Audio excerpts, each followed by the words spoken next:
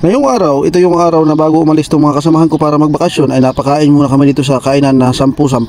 Dito lang yan sa Alsani Building, Albatarian. Pagbungad pa nga lang namin ay naamoy namin yung mga ulam. Talagang matatandaan mo na kung anong amoy yun. Ay, paksiw, paksiw. Paksiw. Hulaan nyo, anong ulam?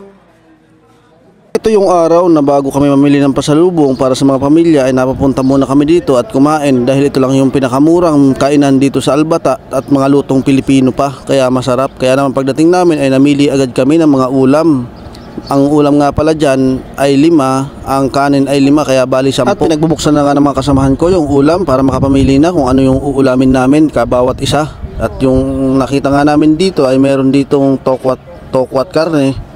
Tapos mayroong bangus, may munggo, may kari, may sinabawang tinola, marami pa. At dahil gutom na nga kami at di kami naghapunan dun sa aming kampo ay agad kaming napa-order agad at umorder agad yung mga kasamahan ko ng 6 na kanin dahil 6 kami king magkakasama kaya umorder na kami ng 6 at saka ulam. Tananana! 6 na kanin! O, 6! Kanin! Sige. 6 na kanin! 6 tet, nagdidilim lang aming paningin. Dito ay may rekomenda ko sa inyo na ang mga luto ay lahat ay mga bago. Pag hindi man siya mainit na, pwede mo pa siyang painit.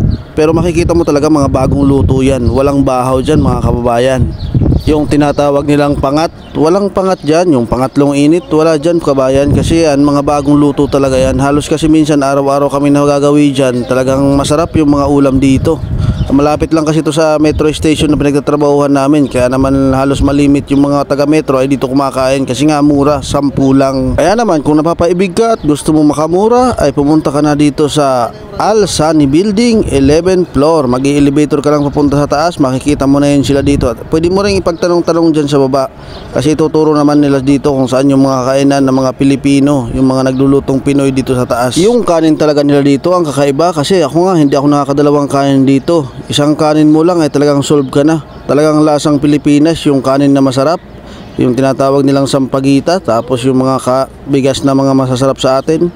Parang yun na yun kabayan. At hayan na nga habang nag-aantay kami ay nagsalok na kami ng sabaw para sa aming pang-appetite at panghigop-higop na rin. Habang nag-aantay dun sa pagkain na in-order namin kay ate. Dito talaga ay laking tipid mo na. Akalain mo 10 lang makakain ka na ng solve. Mapapahimas ka na hatyan. Talagang solve ka na dito sa 10. Kasi talagang lutong Pilipino, lutong Pinoy.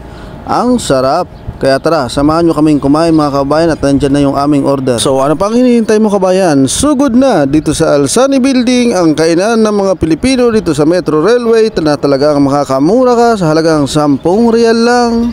Busog ka na, napahimas ka pa ng iyong tiyan. At hanggang sa muli, kakain muna kami ni Bonlar TV at ang aming mga kasamahan dyan. Ako si Orbits Bicol, isang OFW dito sa Saudi. Hanggang sa muli, bye bye!